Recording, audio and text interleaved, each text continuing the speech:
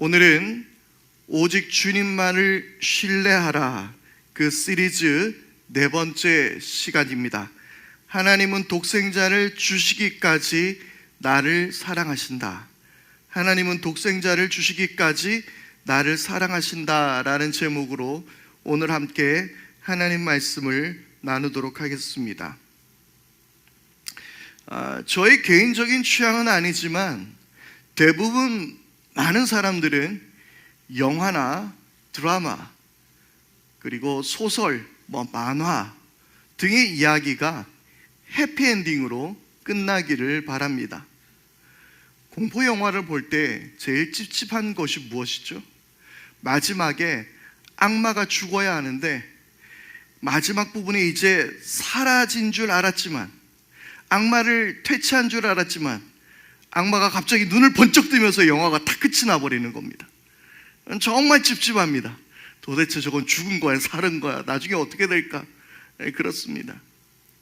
때로는 주인공이 죽으면서 그냥 그렇게 끝나버리는 새드 엔딩이라 그러죠. 그런 것들도 있습니다. 그러나 대부분의 가족들과 함께 즐기는 오락 영화의 대부분은 해피엔딩으로 끝이 납니다. 특히 공주님은 늘 잘생긴 왕자님을 만나서 오래오래 행복하게 잘 살았다라는 이야기로 끝납니다. 우리가 바라는 이야기의 대부분은 이런 것들이 아닐까요? 그럼 우리 삶은 어떻습니까? 우리의 삶은 해피엔딩일까요? 새드엔딩일까요? 결론부터 이야기하자면 우리 모두는 해피엔딩인지 믿습니다. 우리는 결코 새드엔딩이 될 수 없습니다. 우리의 이야기는 반드시 슬픔으로 끝나지 않는다라는 사실입니다. 시편 23편 6절에 진실로 주님의 선하심과 인자하심이 내가 사는 날 동안 나를 따르리니 나는 주님의 집으로 돌아가 영원히 그곳에서 살겠습니다. 아멘. 그렇게 시편은 노래하고 있습니다. 우리의 평생 동안 하나님의 선하심과 인자하심 속에 살다가 마침내 사망의 골짜기도 없고 나를 해치는 짐승도 거센 바람과 폭우도 없는 내 주인의 집, 내 아버지의 집으로 들어가서 우리는 그곳에서 영원히 살게 될 줄 믿습니다. 그러므로 우리에게 중요한 것은 이 세상에서 우리는 결코 새드 엔딩으로 끝나지 않을 거라는 것이죠. 세상이 말하는 엔딩은 이 세상의 삶이 끝나는 날, 이 땅 안의 삶이 다하고 호흡이 끊어지는 날이라고 말하지만 우리의 엔딩은 이 세상이 아닙니다. 죽음 이후에 영원한 하나님 나라가 있기 때문입니다. 그곳에서 왕자님과 공주님의 이야기처럼 오래오래 행복하게, 아니 영원토록 더 이상 눈물과 고통 없이 큰 기쁨 중에 주님과 함께 그곳에서 거하게 될 줄 믿습니다. 그러므로 우리는 한 가지 중요한 결론에 이르를 수 있습니다. 바로 그것은 우리는 무조건 해피엔딩이라는 사실입니다. 우리 옆에 분에게 그렇게 함께 축복했으면 좋겠습니다. 우리는 해피엔딩입니다. 우리는 무조건 해피엔딩입니다. 그러므로 기독교인은 기본적으로 염세주의나 냉소적인 태도로 살아가서는 안 됩니다. 우리의 삶은 늘 고통뿐이고 그저 잘 되는 일이 있다면 그것이 특별한 것이다, 그렇게 살아가서는 안 됩니다. 이러한 태도는 있을 수 없습니다. 성경은 우리에게 이렇게 말씀하고 있습니다. 로마서 15장 13절의 말씀인데요, 소망을 주시는 하나님께서 믿음에서 오는 모든 기쁨과 평화를 여러분에게 충만하게 주셔서 성령의 능력으로 소망이 여러분에게 차고 넘치기를 바랍니다. 아멘. 믿음에서부터 오는 모든 기쁨과 평화가 우리 가운데 충만하고 성령의 능력으로 우리가 소망 가운데 살아가는 것을 성경은 말씀하고 있습니다. 사실 저에게는 언젠가부터 삶을 대하는 태도가 염세적으로 바뀌기 시작했던 적이 있습니다. 어차피 안 될 거야. 인생이란 원래 고달프고 힘든 거야. 요즘 젊은이들, 아니 좀 시간이 지난, 좀 오래된, 생겨난 지 좀 된 신조어가 있습니다. 이생망이라는 단어인데요. 무슨 뜻이죠? 이번 생은 망했다는 뜻입니다. 저에게도 언젠가 그런 생각들이 저를 지배했습니다. 늘 실패할 경우만 미리 생각해 두었습니다. 그러다가 잘 되면 그냥 좋은 거고, 잘못될 경우에는 그래, 원래 잘못될 일이었어, 원래 안 되는 거야, 어차피 안 될 거야 라고 생각하며 스스로를 위로하기 좋아했던 것입니다. 그런데 이런 염세주의적이며 이런 냉소적인 태도에 치명적인 문제가 있다는 사실을 저는 깨닫게 되었습니다. 그것은 무엇보다 중요한 것은 제가 교만해져 있었다는 사실입니다. 마치 제가 너무나도 지혜로워서 세상을 다 살아본 것처럼, 세상이 이치를 깨달았던 것처럼, 세상은 원래 그런 거라고 제 스스로 하나님보다 높아져서 단정짓고 교만하게 살았던 것입니다. 주님은 나의 목자, 내게 부족함 없어라 라는 노래는 나와 아무런 상관없는 노래였습니다. 주님은 내 목자가 맞습니다. 난 그걸 믿습니다. 그런데요, 부족함은 늘 넘쳐날 거예요 라는 태도로 저는 제 인생을 단정하고 살았던 것입니다. 여러분, 우리는 무지성적 낙천주의자가 되어서는 안 됩니다. 그러나 믿음으로 사는 낙천주의자가 우리는 되어야 하는 것입니다. 마태복음 6장 30절에서 31절에 예수님은 이렇게 말씀하십니다. 오늘 있다가 내일 아궁이에 들어갈 들풀도 하나님께서 이와 같이 입히시거든 하물며 너희들을 입히시지 않겠느냐. 믿음이 적은 사람들아, 그러므로 무엇을 먹을까, 무엇을 마실까, 무엇을 입을까 하고 걱정하지 말아라. 아멘. 이것은 바로 예수님께서 하신 말씀입니다. 그저 인생을 낙천적이게 살라고 하신 말씀은 아닙니다. 하나님께서 그렇게 너희를 지키실 것이라고, 내일 아궁이 속에 들어가 태워져 사라질 들풀도 주님께서 이렇게 아끼시고 입히시거늘 하물며 너희를 하나님이 입히시지 않겠느냐. 하나님이 너희들을 돌보실 것이라는 말씀입니다. 이 사실을 믿으십니까? 그래도 우리에겐 증거가 필요합니다. 그렇게 우리를 돌보시고 지키실 거라고 믿을 수 있는 그 근거가 필요합니다. 뭘 믿고 우리는 그렇습니다, 내 삶은 늘 해피엔딩이 될 것입니다 라고 큰 소리 칠 수 있을까요? 교회 개척을 앞두고 저에게는 큰 두려움이 있었습니다. 항상 제가 자주 했던 이야기이기도 하지만 사실 저는요, 개척할 때 집을 어떻게 해야 될지, 제가 살 집도 미리 생각하지 못했습니다. 그냥 집이 필요하면 대출 받으면 되지. 그거 알고 계시나요? 목회자에게 대부분 대출은 되지 않습니다. 제가 뭐 담보가 있는 것도 아니고요, 대출이 안 되더라고요. 그런 생각도 못하고요, 덜컥 개척을 준비하고 있었습니다. 살 집도 없는데 어디서 예배 드리라 했고 어디 장소를 마련해서 예배당으로 삼아야 할지도 저는 생각하지 못했던 것 같습니다. 모아둔 돈도 없었습니다.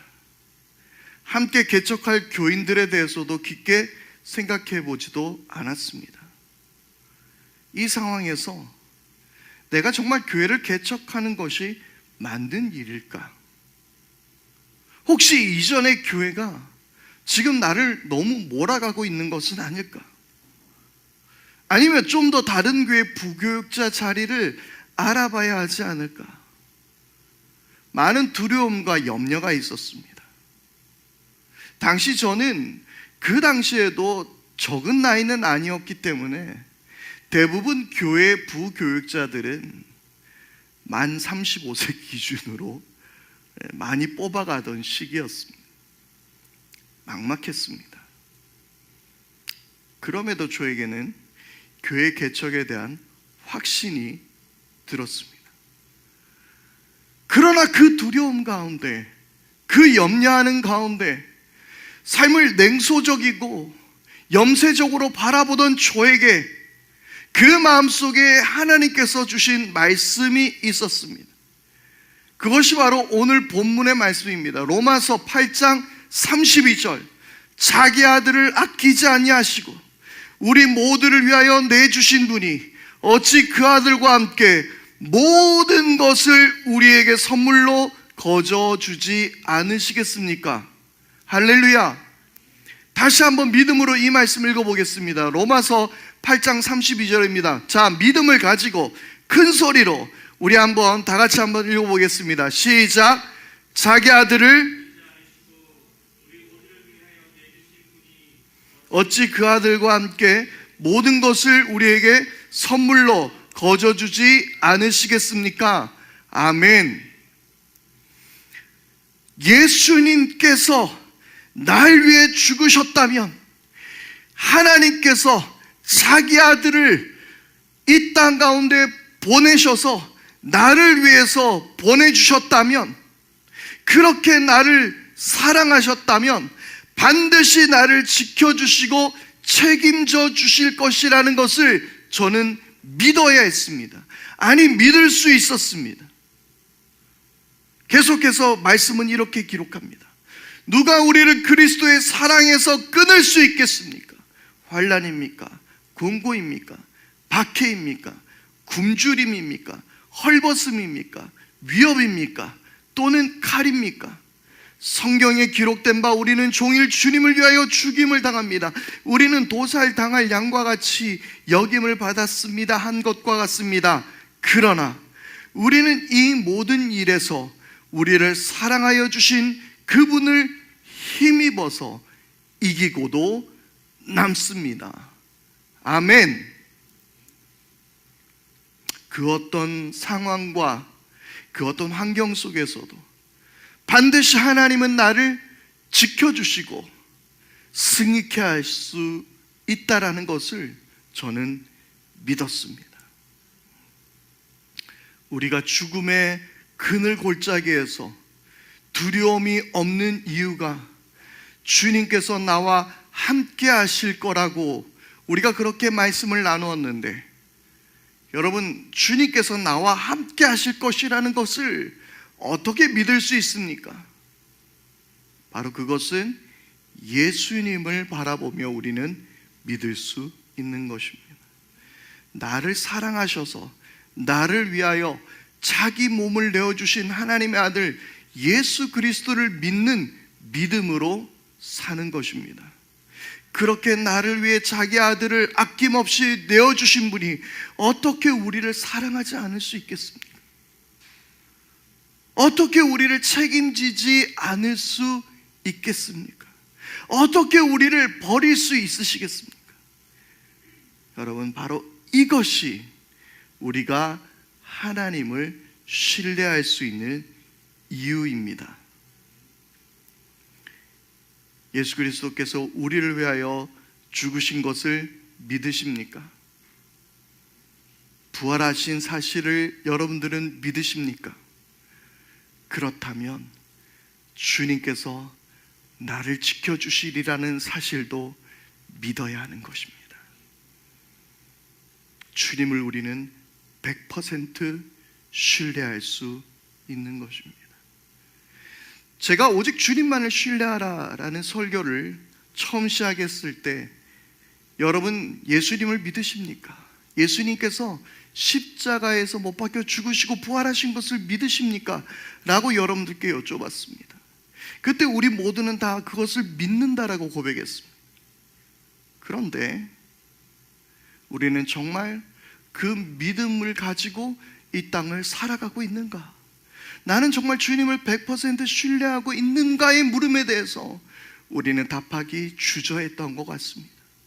그러나 우리가 주님만을 100% 신뢰할 수 있는 이유는 바로 예수님께서 나를 위해 죽으셨고 부활하셨기 때문입니다.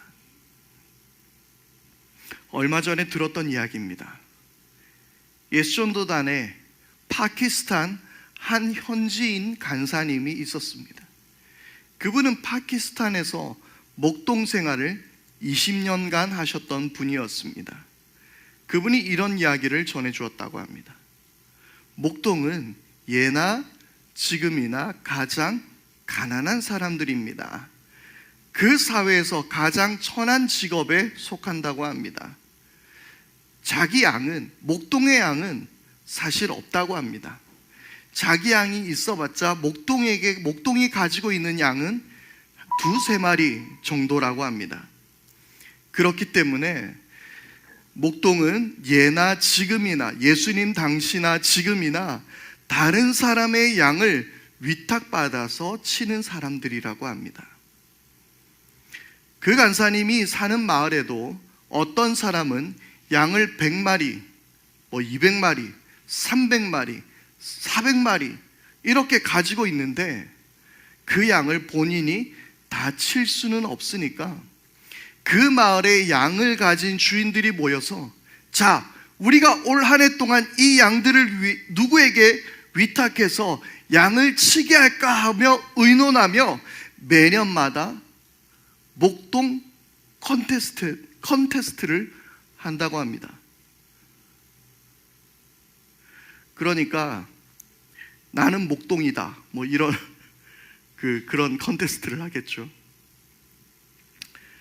그러면 마을의 여러 사람들이 지원합니다. 제가 목동을 하겠습니다. 제가 당신의 양을 맡아서 지켜드리겠습니다. 서로 이렇게 나섭니다. 그때 주인들이 그 목동 자원자들의 우통을 벗겨서 한 가지를 본다고 합니다. 무엇을 보겠습니까? 식스팩을 보는 게 아닙니다. 딱 하나를 봅니다. 바로 그것은 그 목동의 몸에 상처가 있는지 없는지를 본다고 합니다. 왜 볼까요? 그 목동의 몸에는 곰 이빨 자국, 늑대가 핥힌 발자국, 이빨 자국, 그런 상처들이 그 몸에 있는지 없는지를 보고 그게 있으면 식스팩이 없어도 삼겹살이 있어도 아무리 배가 나와도 아무리 나이가 많아도 아무리 키가 작아도 그에게 본인의 양을 맡긴다고 합니다. 상처가 있는지 없는지. 그 마을에 양이 많다는 건요, 사람도 알고 있지만 맹수들도 잘 알고 있다고 합니다.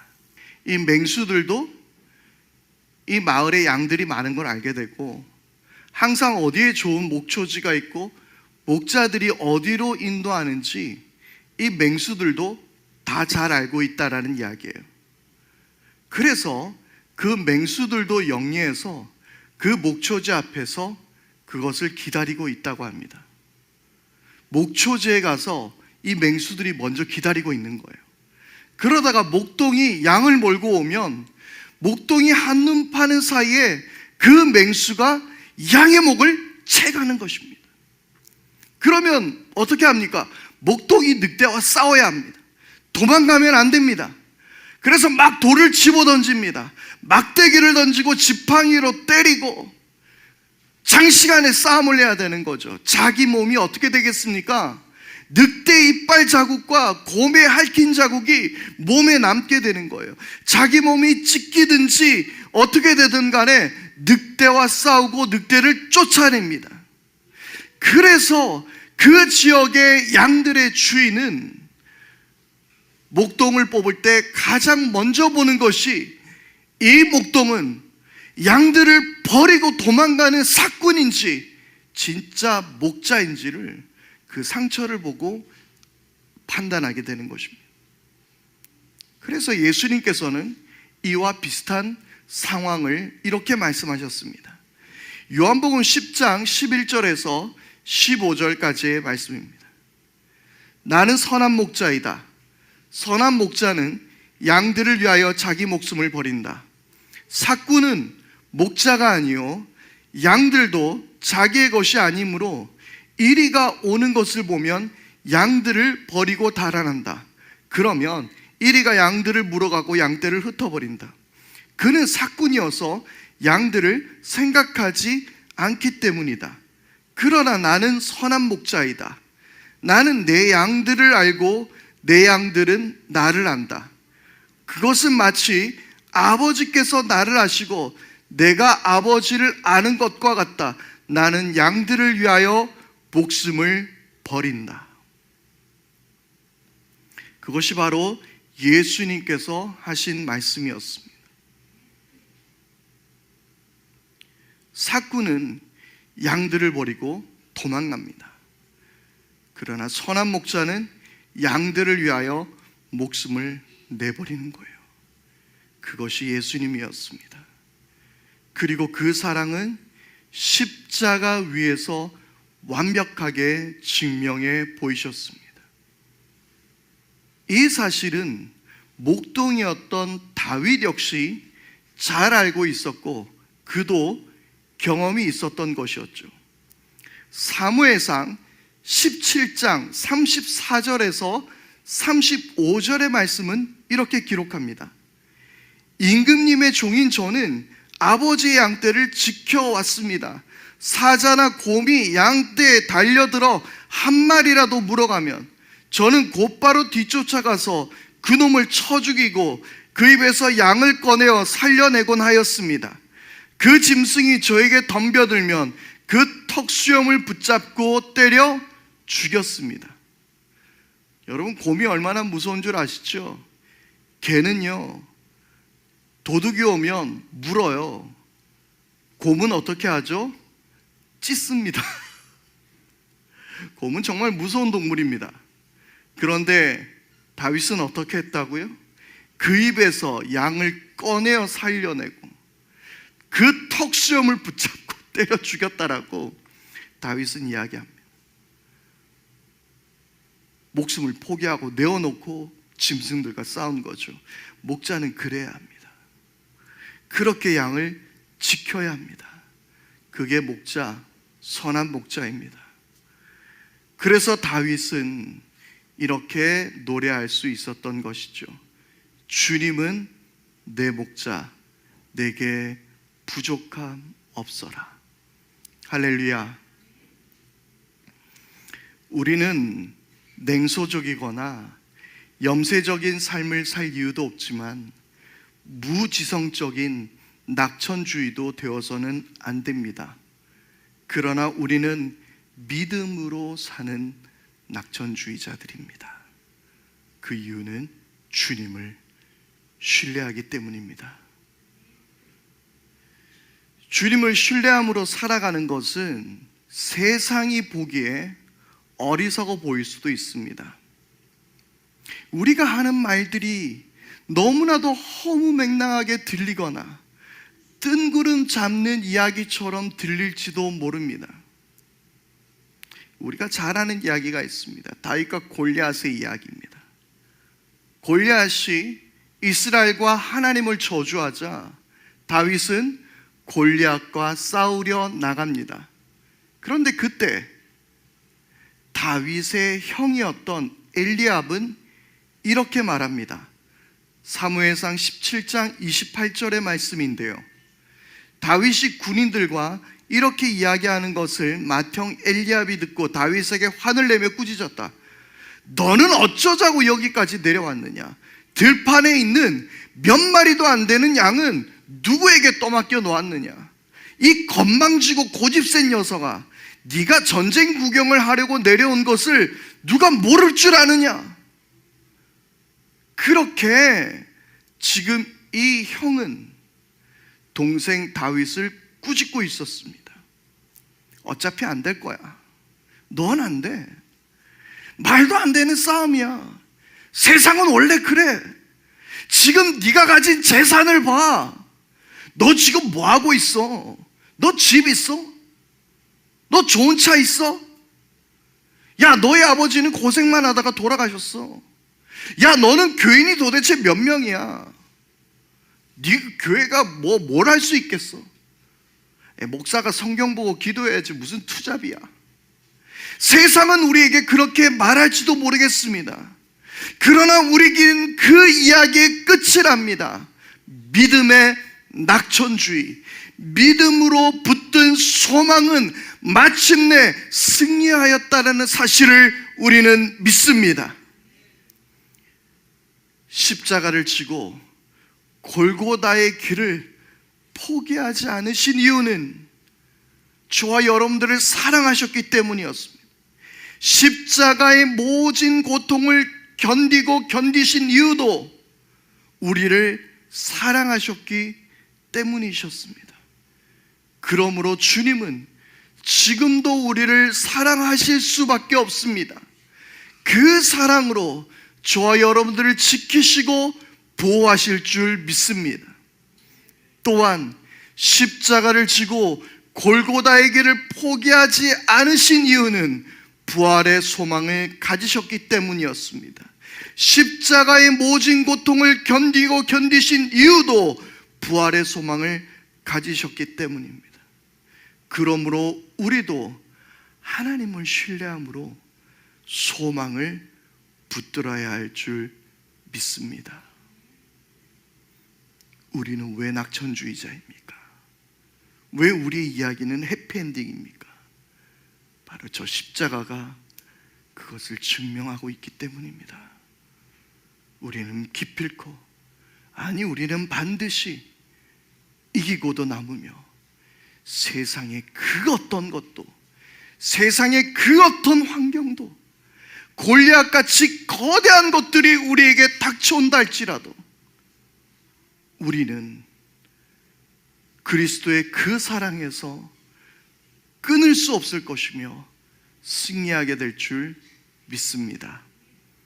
오늘 우리 말씀 앞에 결단하면서 오늘 여러분 모두가 그 사랑으로 주님을 신뢰하기로 결단하시지 않겠습니까? 여러분, 이제 여러분들의 삶에 어떤 일이 닥쳐오든 우리는 그렇게 노래할 수 있을 것입니다. 여호와는 나의 목자시니 내게 부족함이 없습니다. 주님은 나를 사랑하셨듯이 내 인생을 책임져 주실 줄 믿습니다. 십자가에서 피 흘리기까지 나를 사랑하셨으므로 주님 내 삶을 책임져 주실 줄 믿습니다. 여러분 그렇게 결단하십니까? 오늘 주님 앞에 우리 함께 찬양하면서요, 우리 주님께 그렇게 결단하겠습니다. 아버지의 사랑을 우리가 노래하는 것은 그 사랑은 결코 이 세상의 어떤 높음도, 어떤 권세도, 어떤 환경도 끊을 수 없을 것이며 그 사랑은 우리를 끝내 지키실 것이기 때문입니다. 함께 우리 찬양하겠습니다.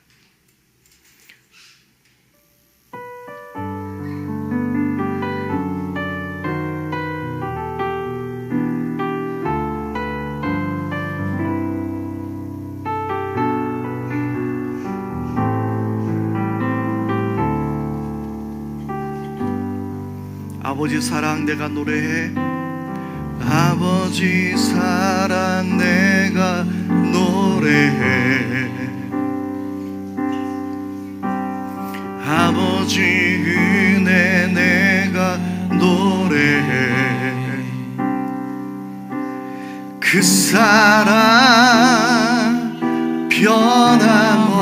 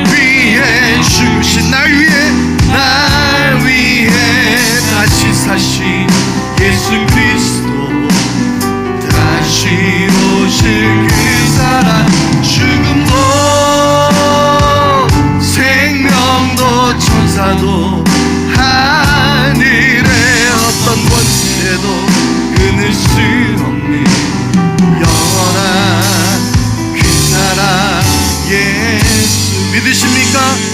우리 다시 한번 고백합니다. 아버지의 사랑을 우리가 노래합니다. 아버지 사랑 내가 노래해. 아버지 은혜, 아버지 은혜 내가 노래해. 그 사랑 변함없으시 거짓없으시 성실하신 그 사랑. 상한 갈 때 꺾지 않으시. 주님은 꺼져가는 등불도 끄지 아니하십니다. 꺼져가는 등불 끄지 않는 그 사랑, 그 사랑 변함없으시 거짓없으시 성실하신 그 사랑.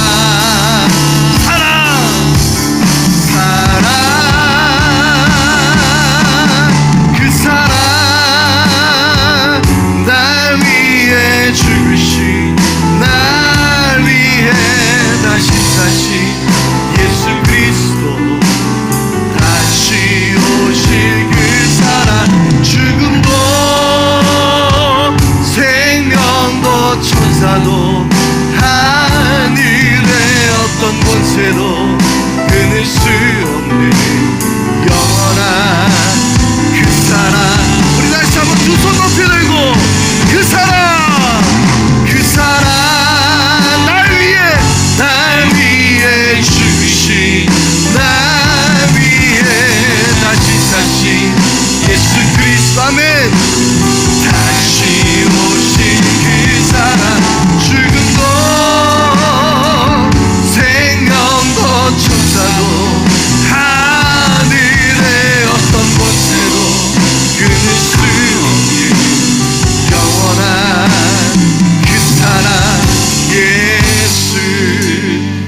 우리를 죽기까지 사랑하신 우리 하나님의 아들 예수 그리스도께서 여러분 우리를 지키실 것을 믿습니다.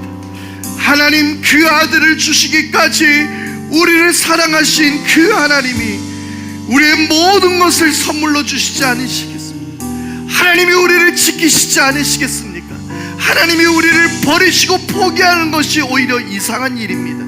주님께서 우리를 끝까지 지키시고 보호하실 것을 믿으며 결단의 기도를 주님께 드리겠습니다. 주님만을 신뢰하게 하옵소서. 함께 기도합니다. 아버지 하나님,